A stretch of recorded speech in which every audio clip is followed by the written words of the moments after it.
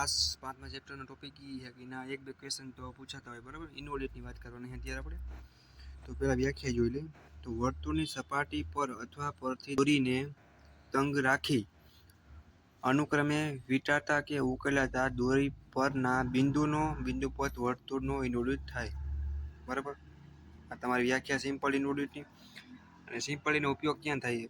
કે ગિયરના દાંતાની રૂપરેખા એટલે કે પ્રોફાઇલ ઇન્વોલ્યુટ આકારની હોય. જો તમે આપણે practically involute less. Involute most of બે ટાઈપને પૂછાય. એક સર્કલ ટાઈપમાંથી પૂછાય, બરાબર, અને એક ચોરસમાં પૂછાય. ઇન્વોલ્યુટ જીટીમાં 100% પૂછાય અને આ મેથડનો પૂછાય, બરાબર. તો જો એની રકમ એવી 30 mm બાજુવાળા ચોરસનું ઇન્વોલ્યુટ દોરો. ચોરસ હશે ને એમાંથી તમારે ઇન્વોલ્યુટ ડ્રો કરવાનું હોય, બરાબર. તો આપણે સ્ટેપ બાય સ્ટેપ ચાલુ કરીએ. ઓકે. તો આપણે આ માડું ના હોય એના માટે આપણે આવી રીતના દોરવાનું ટ્રાય કરીએ, બરાબર. તો સૌથી પહેલાં તમારે શું કરવાનું? 30 માપ આપ્યું આપણે, તો સૌથી પહેલાં 30 mm એક આડી લાઈન ઊભી અને એવી રીતના બોક્સ બનાવવાનું થશે, બરાબર. ત્યાંથી પણ 30, 10, 20, ટૂંકમાં 30, બરાબર. પછી પાછું ઊભું કરી 30, એટલે આપણું ટોટલ બોક્સ છે એ 30 બાય 30, બરાબર. ચારીકો સરખું રહેશે. 30નું થઈ ગયું. પછી તમારે શું કરવાનું કે અહીંયાથી તમારે થોડીક લાઈન ખેંચી લેવાની. એક લાઈન થોડીક તમારે આડી સાઈડ ખેંચી લેવાની અનુકૂળ. વધારે જઈએ તો કાંઈ પ્રોબ્લેમ નથી, પાછી રાખવાની, બરાબર. એક આપણે આડી સાઈડ ખેંચી લેશી. અહીંયા આપણે ખેંચવા નથી કેમ કે અહીંયા છે. હવે નામ તમારે ભેગા દઈ દેવાના છે. ઇંગ્લિશમાં પણ આપી શકો અને 1 2 3 આપી શકો. આપણે એ, અહીંયા બી, બરાબર, આ સી અને આ ડી. આટલું તમારું કામ પૂરું થયું હોય. સાથે સાથે જો આડી તો ભૂલથી થઈ ગયો, આ તમારે કન્સિડર નથી કરવાનો, ધ્યાનમાં નહીં લેવાનું, બરાબર. અહીંયા રાખી અને માપ દઈ દેવાનું સાથે, એટલે ખબર પડે કે આ કેટલાનું ડ્રો કર્યું. ઓકે. આ 30નું થયું તમારું. ભાઈ તમારે સિમ્પલ શું કરવાનું કે 120ની એક લાઈન કરી નાખવાની, બરાબર. એટલે 12 સેન્ટીમીટર એ થઈ જાય. પછી સિમ્પલ તમારે શું કરવાનું કે 30 mm એક ડોટ કરી નાખવાનું. અહીંયા 30, બીજો સાથે 60 આગળ, અને 70, 80 ત્રીજો આપણો નેમ આગળ, બરાબર.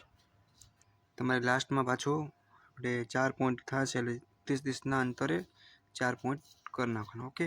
પછી તમારે સાથે શું કરવાનું? હવે તમારે શું કરવાનું કે પરિકરનો ઈસથી તમારે એ પોઈન્ટ આગળથી તમારું માપવાનું.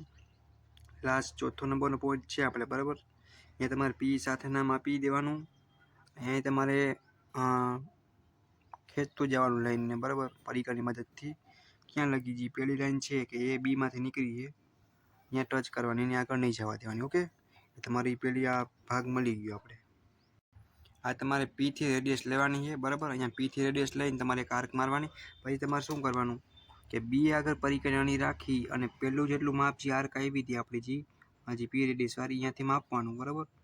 અને એને તમારે વધારવાનું ક્યાં લગી કે બી અને સી લાઈન છે એને પસાર નહીં થવા દેવાની, બરાબર. બી આગળ તમારે રાખી પરિકર અને ચાપ આર્ક મારી દેવાની. પછી સી આગળ રાખી અને એનું માપ તમારે મેજર કરી લેવાનું. ક્યાં લગી? અહીંયા લગીનું. એ ક્યાં લગી જશે કે ડી અને સી વાળી જે લાઈન આપણે કરી હતી એની બહાર નહીં છે. પછી તમે શું કરશો? ડી આગળ રાખી અને માપ લેશો, એ પાછું ક્યાં જશે? તમારું એ આગળ. તો જ તમારો આન્સર સાચો. જે આ આન્સરને તમારે મેજર કરવાની એક બેસ્ટ મેથડ છે. અહીંયા એ આગળ અડે તો તમારો આન્સર સાચો, બરાબર. પછી તમારે અહીંયા છે ને નામ પણ સાથે આપતું જવાનું કે P1, આ P2, આ P3, બરાબર. તમારું રીતના થઈ જાય. પછી તમારે નામ દઈ દેવાનું. 1, જ્યાંનું અંતર કેટલું વચ્ચેનું? 30, બરાબર. યાદ રાખી લેવાનું. 2, 3, લાસ્ટ 4, બરાબર. પછી તમારે વચ્ચે તમારે એક લાઈન કરી અને લખવાનું. આ તો લાઈન કરી નાખવાની, હેઠે પણ લખી શકો. ઓકે. ફટાફટ મસ્ત મજાનું કામ કરતું જવાનું. ડ્રોઈંગમાં મિકેનિકલ સ્ટુડન્ટને તો મજા આવી જોઈએ. 30 × 4 કરશે, બરાબર. એટલે આપણે 120ના કહેવાય ને કે 4 ભાગ પાડ્યા, સિમ્પલ. એટલે પ્રેક્ટિસ હોય તો તમે ઓછા મિનિટમાં પણ બનાવી શકો અને સારા માર્ક્સ પણ લઈ શકો. ઓકે. ઇન્વોલ્યુટ ડ્રો કરશી આપણે, બરાબર.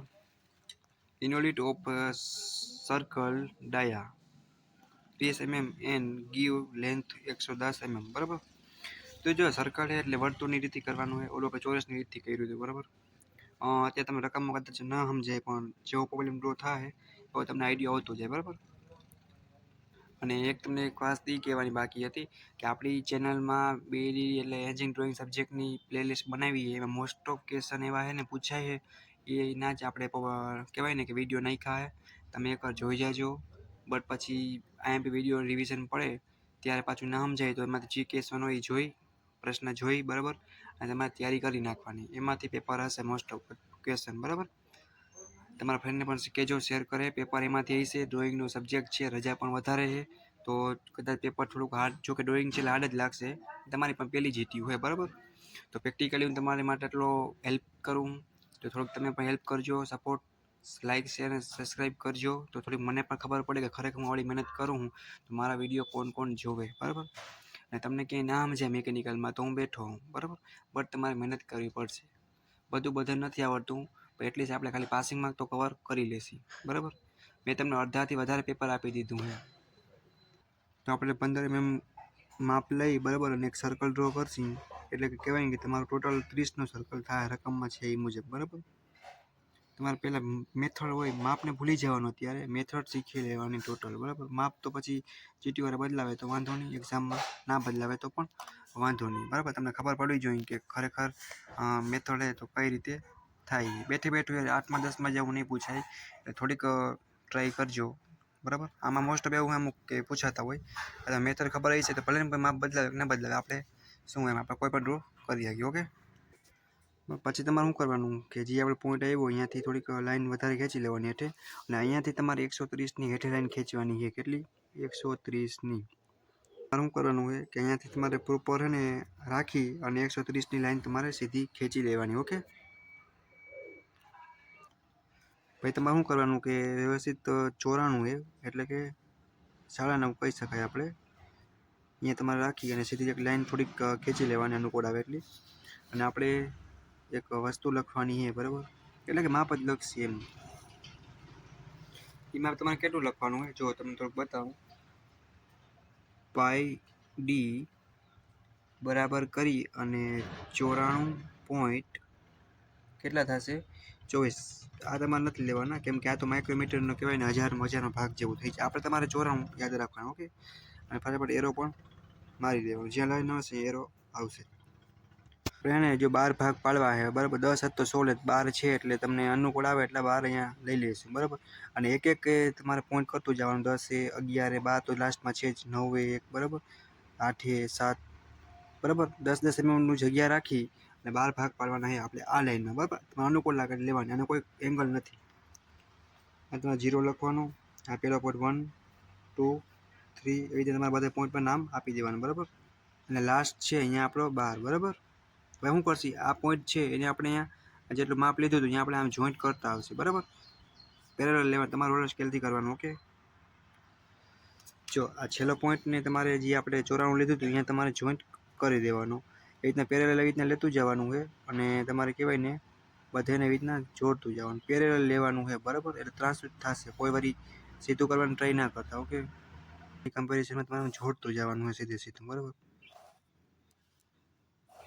બરાબર. અને તમારે બધા પોઈન્ટને એવી રીતના જોડી દેવાના. ઓકે. તો જો આપણે નેક્સ્ટ કામ એ કરવાનું હોય, અહીંયા 0 છે તો આ 1 આપણે ઉપર આપી દઈએ, 2 3 4 એવી રીતે તમારે બધા પોઈન્ટ ઉપર નામ આપતું જવાનું બરાબર. એબીસીડી નામ આપી શકો તો 6 7 નંબરિંગ પણ આપી શકો, 8 9 10 11 અને આ છે લાસ્ટ 12 બરાબર. ઓકે.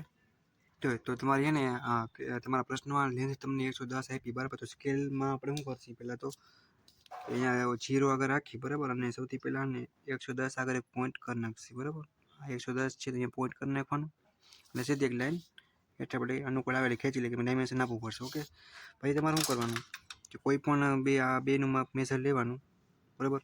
અને તમારે 110 લાસ્ટ પોઈન્ટ છે અહીંયા એક જેમ કરશો એટલે એક પોઈન્ટ મળશે અને પાછો આમ કરશો એટલે તમને વચ્ચેનો જે પોઈન્ટ મળે એ આપણો પોઈન્ટ 13 બરાબર.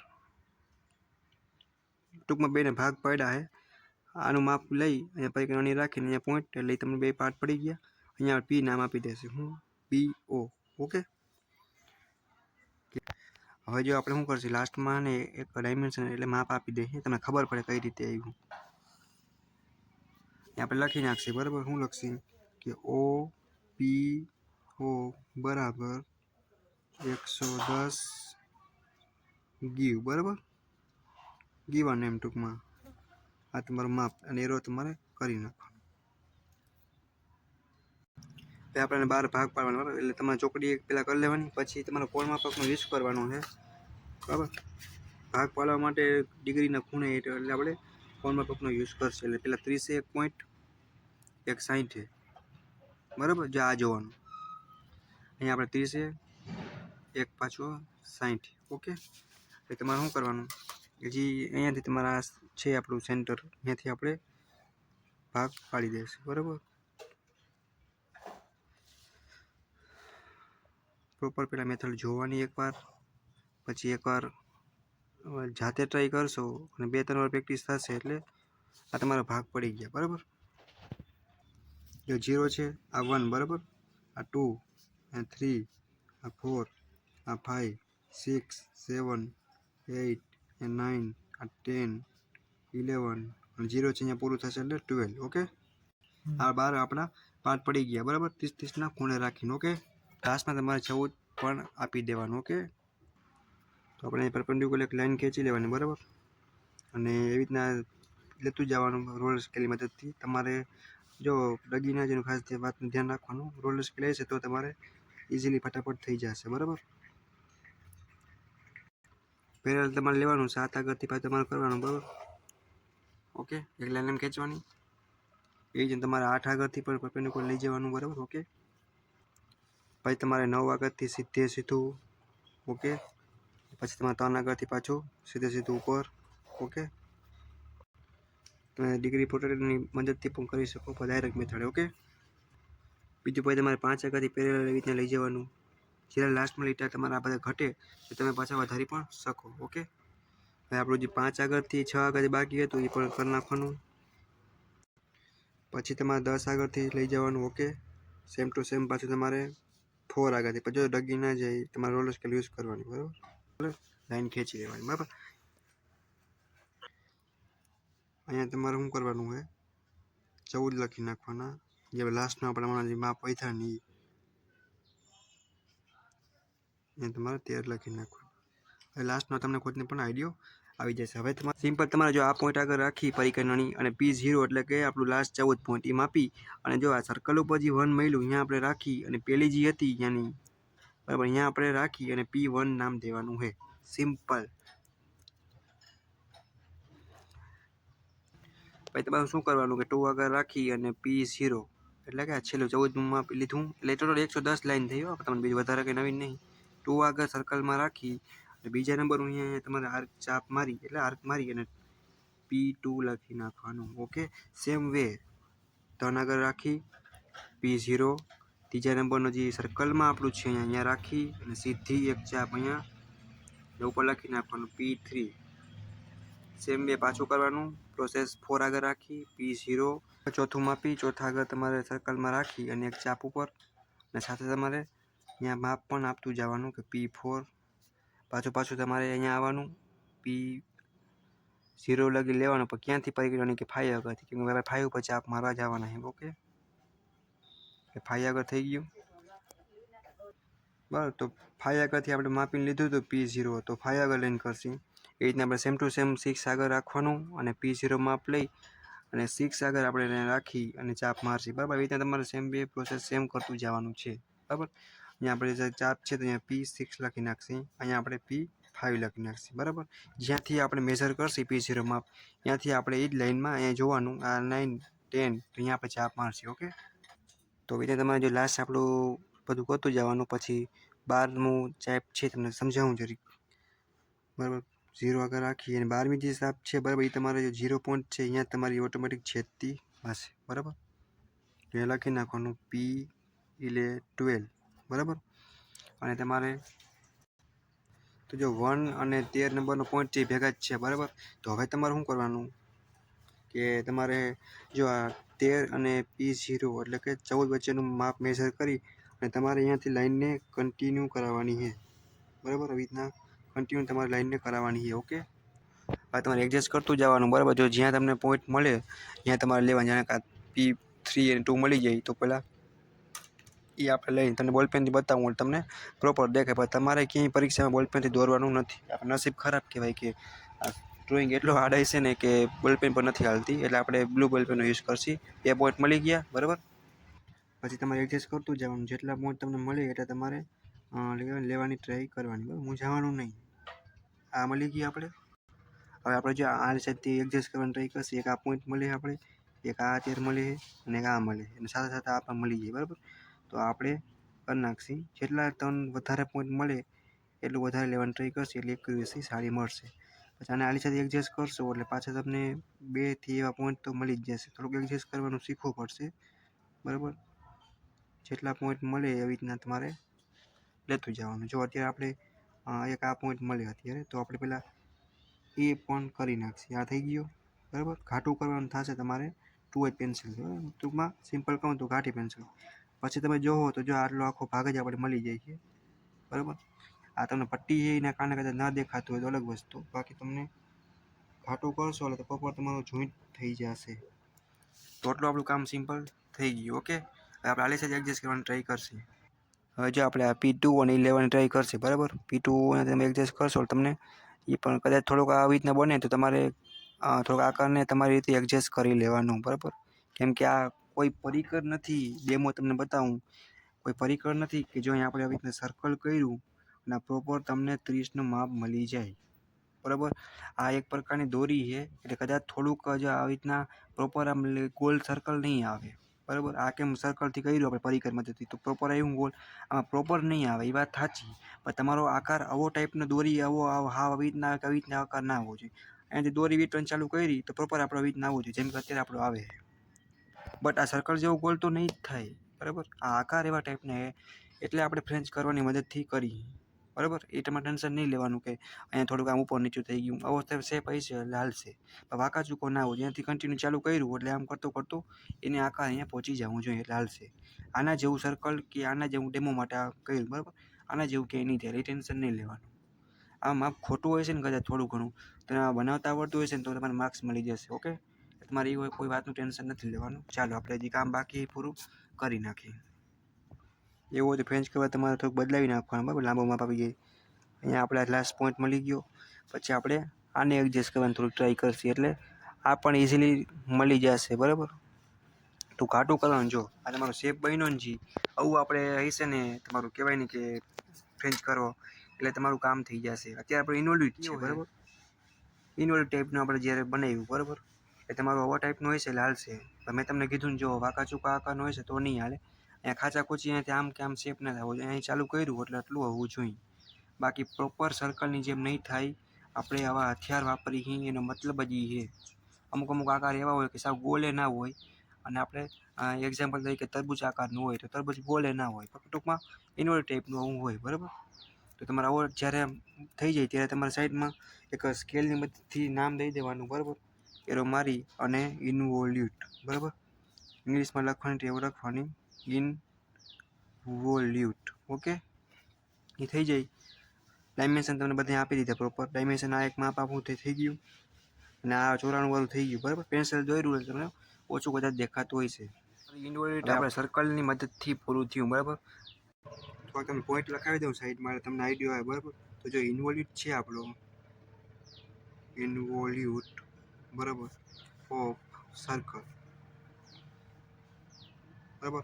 તો જો એનું ડાયામીટર 30 છે એટલે તમારે લેવાનું કેટલું, આ ડાયામીટરનો સિમ્બોલ છે લેવાનું કેટલું 15. ઓકે, પહેલો પોઈન્ટ આ બીજો લખાવું તમને કે કેસ 3 લેન્થ કેટલી આપણી છે ટોટલ કેટલી છે 110 mm. ભાઈ ખાસ ત્રીજા નંબરનો પોઈન્ટને કન્સિડર કરીને તમારે ઇન્વોલ્યુટ દોરવાનું હોય બરાબર. સિમ્પલ પૂછશે તો વાંધો નહીં આવે, થોડુંક બદલાવશે તો તકલીફ પડશે. પાઈ ગુણ્યા 30, પાઈની કિંમત તમને ખબર જ છે 3.14. ઓકે, ગુણાકારની નિશાની કેલ્ક્યુલેટ કરી લેવાનું. યુઝ પડે તો કેલ્શિયમ અથવા પ્રેક્ટિસ રાખવાનું તો જવાબ આવશે 94 પોઈન્ટ. આ પોઈન્ટ પછીનો માપને કન્સિડર ના કરી, બટ આપણે અત્યારે 2 લખી નાખીએ બરાબર.